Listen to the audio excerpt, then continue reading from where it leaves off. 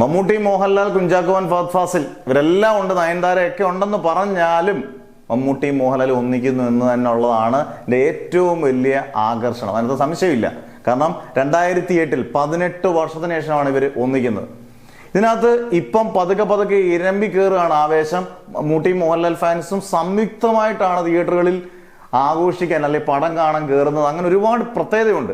ഇതിൻ്റെ നേരെ ഓപ്പോസിറ്റ് ആയിരുന്നു 2020. എനിക്ക് ഇപ്പോഴും ഓർമ്മയുണ്ട്.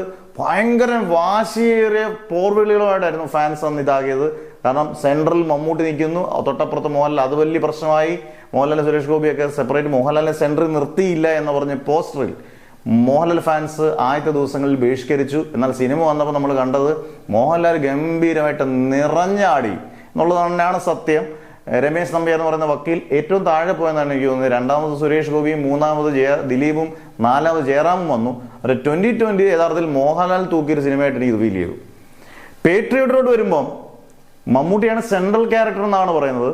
കാരണം അതിനകത്ത് ഏറ്റവും ഭൂരിഭാഗം സീൻ മമ്മൂട്ടി അഭിനയിച്ചു. പക്ഷെ മോഹൻലാലിന് അതിഗംഭീര ക്യാരക്ടറാണ്, ഒരു പട്ടാളക്കാരൻ്റെ ക്യാരക്ടറാണ്.